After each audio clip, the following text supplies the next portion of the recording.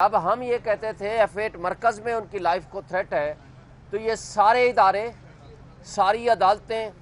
یہ سارے law enforcement agencies یہ کہتے تھے کہ نہیں، آپ F8 مرکز میں ہی جائیں۔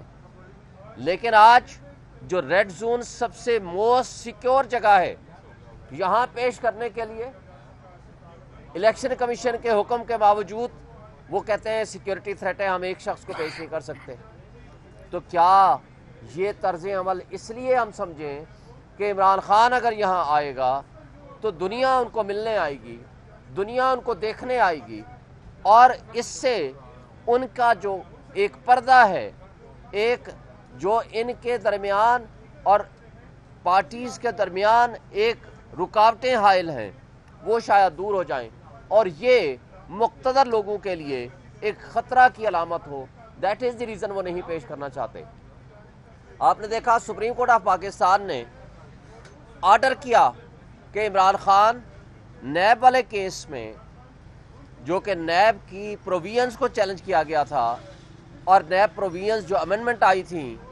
جو پی ڈی ایم کی جماعتوں نے اپنے صرف ذاتی مفادات اور ذاتی کیس ختم کرانے کے لیے کیا تھا، اس کے اوپر جب سپریم کورٹ نے کہا کہ جناب آپ آنا چاہیں تو آپ ان پرسن پیش ہو سکتے ہیں، اور عمران خان صاحب نے لکھ کے دے دیا کہ جی میں ذاتی حیثیت میں پیش ہونا چاہتا ہوں، لیکن بدقسمتی سے انتظامیہ سپریم کورٹ کے حکم کو بھی ماننے کو تیار نہیں ہے۔ جو خبریں آ رہی ہیں وہ یہ کہہ رہے ہیں کہ ہم نہیں پیش کر سکتے۔ اسی طرح آپ نے دیکھا سائفر والا کیس، جو کہ اوپن ٹرائل کیس ہونا چاہیے، اور اس کا کوئی بھی کیس، کیونکہ یہ کوئی مارشل لاء کا زمانہ تو نہیں ہے کہ ڈرائنگ روم میں یا بند کمروں میں جو چاہو لکھو اور جو چاہو جا کر کے کسی کو سزا دے دو۔ اوپن کورٹ ٹرائل یہ بنیادی حق ہے کسی بھی ملزم کا، لیکن اس سے بھی لے تو لال سے کام لے رہے ہیں۔ اور دراصل وجہ یہ ہے، آج بھی میں نے الیکشن کمیشن کو گزارش کی کہ جناب الیکشنز ہو رہے ہیں، لیکن لیول پلینگ فیلڈ ہمیں نہیں دیا جا رہا، اور آپ کو میں نے کہا ہم نے اپلیکیشنز بھی دے دی ہے، ہم نے آپ کو انفارم بھی کر دیا ہے، الیکشنز کی ڈیٹ آ گئی ہے، الیکشن کی گہما گہمی شروع ہو گئی ہے۔ پورے پاکستان میں تمام پولیٹیکل پارٹیز کو اپنے جلسے، اپنے پروگرام کرنے کی اجازت ہے، مگر اگر نہیں ہے تو صرف ایک پارٹی جو سب سے بڑی پولیٹیکل پارٹی ہے وہ ہے پی ٹی آئی، جو کہ فیڈریشن کی علامت ہے۔ پاکستان کی تاریخ میں ماضی میں بھی آپ نے دیکھا کہ جو سب سے بڑی پولیٹیکل پارٹی ہوا کرتی ہے، جو فیڈریشن کی علامت ہوا کرتی ہے، اس کو جب مقتدر طبقے اور حلقے روکنے کی کوشش کرتے ہیں تو اس سے ریاست کا نقصان ہوتا ہے، اس سے 25 کروڑ عوام کا نقصان ہوتا ہے، اس سے جمہوریت کمزور ہوتی ہے، اس سے آئین کمزور ہوتا ہے، اس سے بنیادی حقوق متاثر ہوتے ہیں۔ یہ عوام کا حق ہے، یہ ان کا بنیادی حق ہے کہ جس کو چاہیں وہ منتخب کریں، اور جو ان کے منتخب نمائندے ہوں گے وہی حق کے حکمرانی رکھتے ہیں، کیونکہ اس لیے طاقت کا سرچشمہ عوام ہے۔ عوام نے اپنے حق میں اپنے ہاتھ سے یہ اختیار استعمال کرنا ہے کہ کس کو ہم نے ووٹ دینا ہے اور کس کو نہیں دینا۔ اگر خدا نخواستہ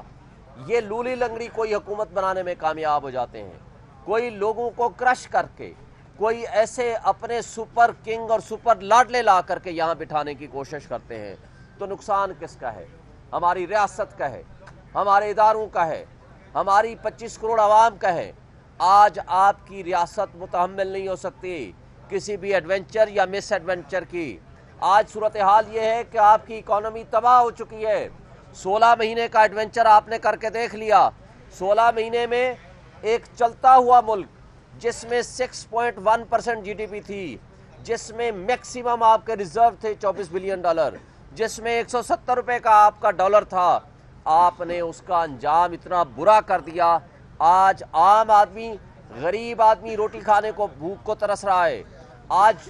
آپ نے وائٹ پیپر ہم نے جاری کیا ہے، آپ نے وہ فیکٹس اینڈ فگرز دیکھ لیے ہوں گے کہ جس حالت میں ہمیں ملک ملا تھا اور جس حالت میں پی ٹی آئی نے اپنی کارکردگی دکھائی ہے۔ میں اس میں تفصیل میں جائے بغیر، لیکن میں کمپیریزن آپ کو دینا چاہ رہا ہوں کہ ان حالات میں اگر آپ نے لولی لنگڑی حکومت بنانے کی کوشش کی، فیڈریشن کی علامت کو کرش کرنے کی کوشش کی، جو کہ آپ مستقل اپنی ان حرکات میں لگے ہوئے ہیں، تو اس کا نقصان نیشنل سیکورٹی کو ہوگا، اس کا نقصان ہماری ریاست کو ہوگا،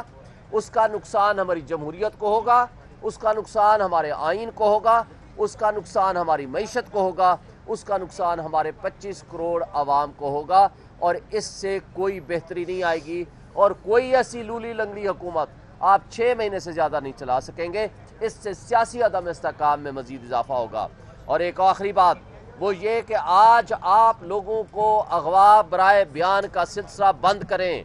اس لیے کہ آج بھی علی نواز اوان کو اور عامر کو اٹھایا ہوا ہے اور اس کو 5 دن ہو گئے ہیں، کسی عدالت میں پیش نہیں کیا۔ آئین یہ کہتا ہے کہ اگر کسی کو گرفتار کریں گے تو آپ اس کو 24 آورز میں کسی عدالت میں پیش کریں گے، اور اگر ایسا نہیں ہوگا تو یہ غیر آئینی اقدام ہوگا۔